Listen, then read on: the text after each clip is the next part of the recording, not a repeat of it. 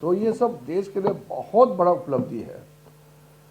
तो ये इस बजट सेशन में सामने में आया है।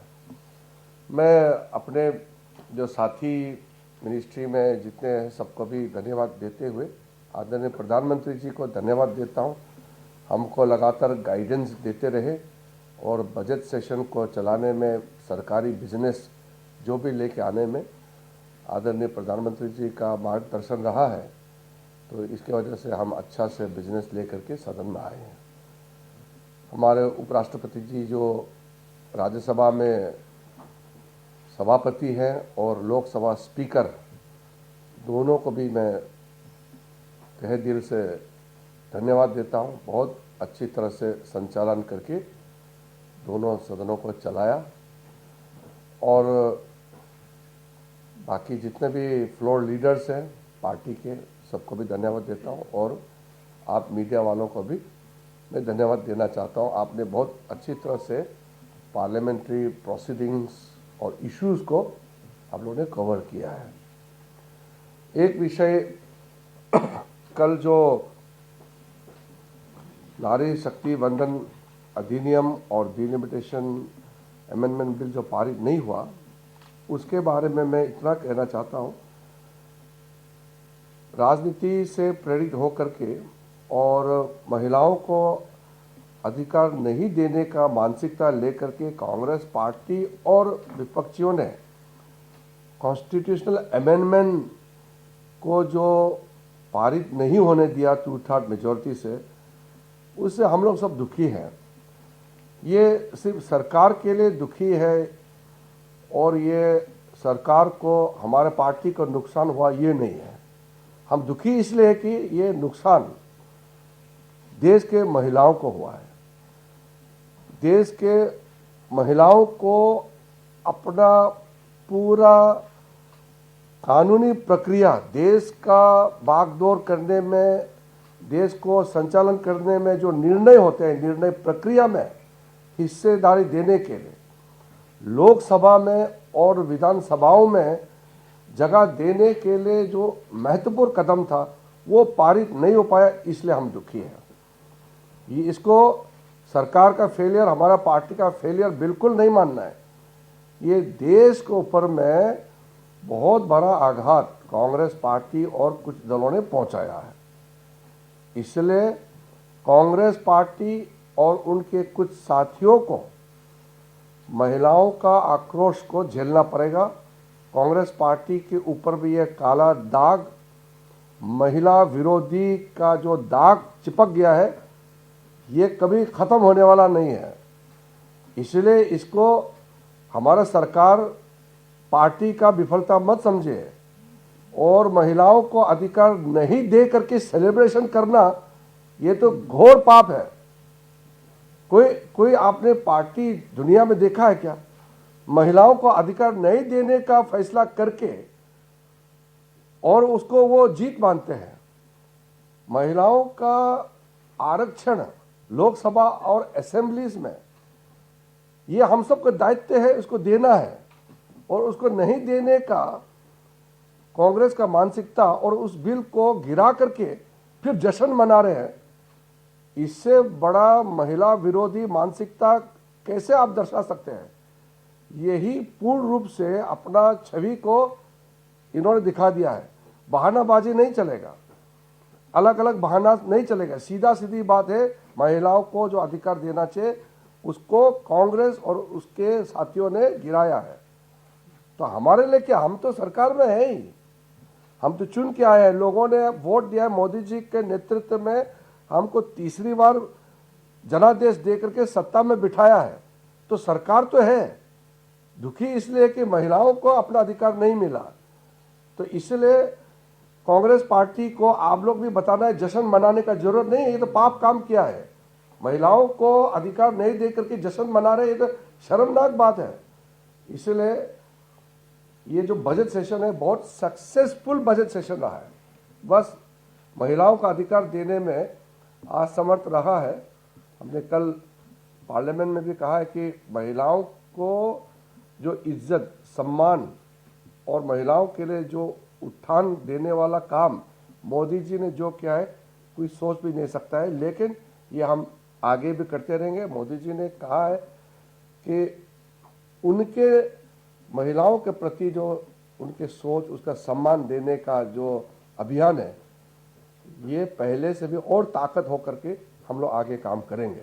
इसलिए प्रधानमंत्री जी को मैं धन्यवाद देता हूं कि पूरा प्रयास किया हम लोगों ने, महिलाओं को अधिकार मिले, पूरा ताकत लगाया। अब ये कांग्रेस और उसके साथी जो है मानने के लिए तैयार नहीं है, तो उसको हम मारपीट करके जबरदस्ती तो वोट डलवा नहीं सकते हैं। उनका सोच ही महिला विरोधी है, तो हम उनको जबरदस्ती फिजिकली पकड़ के तो वोट नहीं डलवा सकते। तो हमने डेमोक्रेटिक प्रोसेस से हमने वोट डाला, उसका समर्थन मांगा। बार बार मैंने कांग्रेस अध्यक्ष से, कांग्रेस के नेताओं से बार बार बात किया। वो सिर्फ चिट्ठी लिखता है, मीटिंग में आते नहीं है। बाकी पार्टी लोग सब आए मीटिंग में, गृह मंत्री जी, मैं, हमारा कानून मंत्री अर्जुन जी, कितने बार हम लोगों ने मीटिंग किया, सबसे मीटिंग किया, और कांग्रेस पार्टी सामने में आते नहीं है। और फिर बोलता है कि चर्चा नहीं होते, सामने में नहीं आता है, चिट्ठी लिखता 3 बार, फिर बोलता है कि चर्चा नहीं करते। तो इस तरह का जो महिला विरोधी जो सोच है कांग्रेस पार्टी, वो तो देश का सामने में उजागर हो गया है। अफसोस की बात है, उसको तो महिलाओं का गुस्सा झेलना पड़ेगा कांग्रेस को, लेकिन हम लोग तो अपना प्रयास है निरंतर भविष्य में हम लोग करते रहेंगे।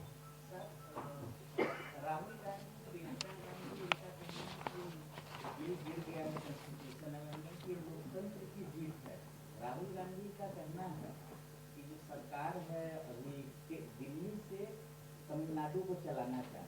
नहीं, ये जो अगर राहुल गांधी कहते हैं कि महिलाओं को आरक्षण देने वाला काम अगर गैर संवैधानिक है, अलोकतांत्रिक है, यानी कि अनकॉन्स्टिट्यूशनल, अनडेमोक्रेटिक है, तो फिर राहुल गांधी को कोई समझाना चाहिए कि महिलाओं को अधिकार देने वाला अनडेमोक्रेटिक कैसे हो गया।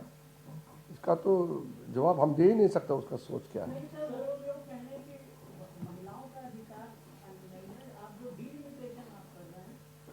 वो तो देखिए, मैं अभी बहुत डिटेल में बोलने का आवश्यकता नहीं है। होम मिनिस्टर अमित शाह जी ने बहुत अच्छी तरह से समझाया है कि 2026 तक डिलिमिटेशन नंबर्स ऑफ सीट्स को फ्रीज किया गया है, तो उसको उठाने के लिए संवैधानिक प्रक्रिया है, अमेंडमेंट तो लाना पड़ेगा। और संख्या बढ़ा करके जब 54 करोड़ था तब 543 एमपी है, टोटल सीलिंग था 550, तो अब पॉपुलेशन 3 गुना लगभग बढ़ गया है। तो संख्या, महिलाओं को आरक्षण देने के साथ साथ जो भी एमपी बनेगा उसको भी तो बैलेंस करना पड़ेगा ना, कि कोई कॉन्स्टिट्यूंसी में अगर 40 लाख वोटर है और कोई कॉन्स्टिट्यूंसी में अगर 60,000 है और किसी कॉन्स्टिट्यूंसी में 8 लाख है, किसी में 35 लाख है, तो थोड़ा सा जो पिछली 40-50 साल में जो डिसबैलेंस हुआ है उसको तो थोड़ा सा रीजिक करके उसको करेक्शन करना, तो वो तो हमारा जिम्मेदारी है। वो तो कल होम मिनिस्टर साहब ने बहुत अच्छा समझाया। मैं नहीं मानता हूं कि कांग्रेस बेवकूफ है, कांग्रेस चालाक है। वो इस तरह का नहीं समझने का जो नाटक करता है, वो तो महिला आरक्षण को गिराने के लिए वो इसको ये करते हैं। ऐसा नहीं, वो नहीं समझते हैं क्यों डिलिमिटेशन को जोड़ना पड़ रहा है, और delimitation north, south, east, west सारा भारत को बराबर सबको शेयर मिले, ये तो एक बहुत अच्छा प्रक्रिया था, सब मालूम है। और कांग्रेस के बाकी एमपीस लोग भी आके मुझे मिले हैं, कहा कि गवर्नमेंट का इंटेंशन बहुत अच्छा था, लेकिन कांग्रेस के नेता राहुल गांधी ही नहीं मानते हैं, तो उसको कोई समझा नहीं सकते कांग्रेस के लोग, हम क्या करेंगे। एक्ट में कोमा का भी फर्क नहीं है। और दूसरा, डिलिमिटेशन जो एक्ट है, वो तो डिलिमिटेशन कमीशन कैसे बनना है, डिलिमिटेशन एक्ट के माध्यम से क्या क्या करना है, वो नियम पुराना जो कांग्रेस समय का जो नियम है सेम है, एक फुल स्टॉप कोमा तक नहीं है, सेम डिलिमिटेशन जो जितने बार डिलिमिटेशन कमीशन बनाया है, सेम अमेंडमेंट को कॉपी पेस्ट ही है। वो कांग्रेस जमाने का डिलिमिटेशन का प्रोसेस है, वही कानून है।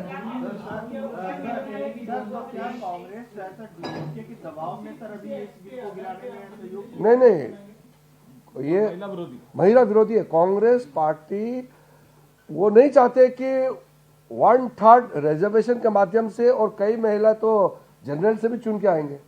वो नहीं चाहते कि इतना महिला संख्या लोकसभा और विधानसभा में होना चाहिए, ये कांग्रेस नहीं चाहते हैं, ये साफ है। Priyanka Gandhi and the other opposition members are now saying implemented is the existing 543. Is the government open to that? कल महिला आरक्षण का बिल गिराने के बाद आज नाटक मत करो, बोलो ये नहीं चलेगा।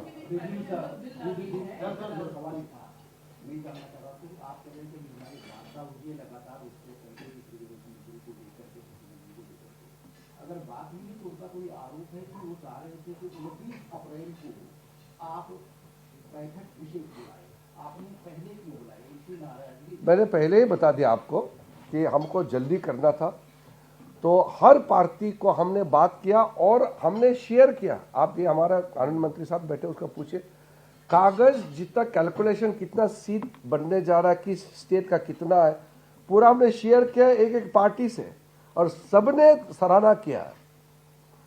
When we had the meeting with all the political parties, we shared the projected proposal formula.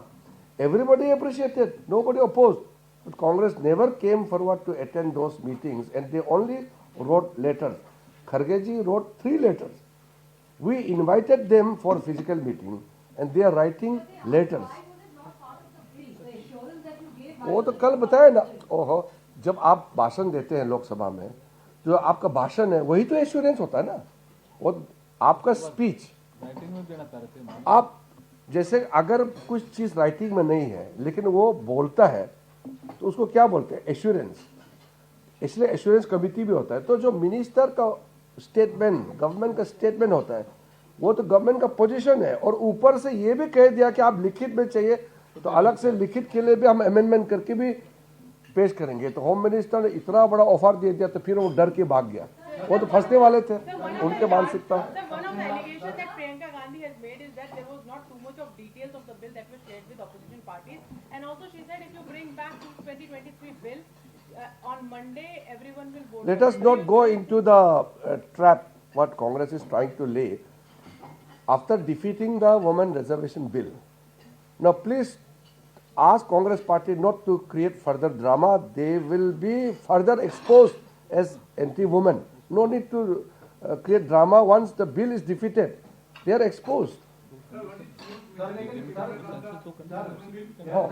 Sir, सबसे बड़ा सवाल अब ये उत्पन्न हो रहा है कि क्या अब आगे क्या होगा? क्या सरकार दोबारा से इस तरीके से नहीं, देखिए हमने जब 2023 में जब नारी शक्ति वंदन अधिनियम पारित हुआ था तो सेंसस से जुड़ा हुआ था ना। 26 डिलिमिटेशन से जुड़ा हुआ था।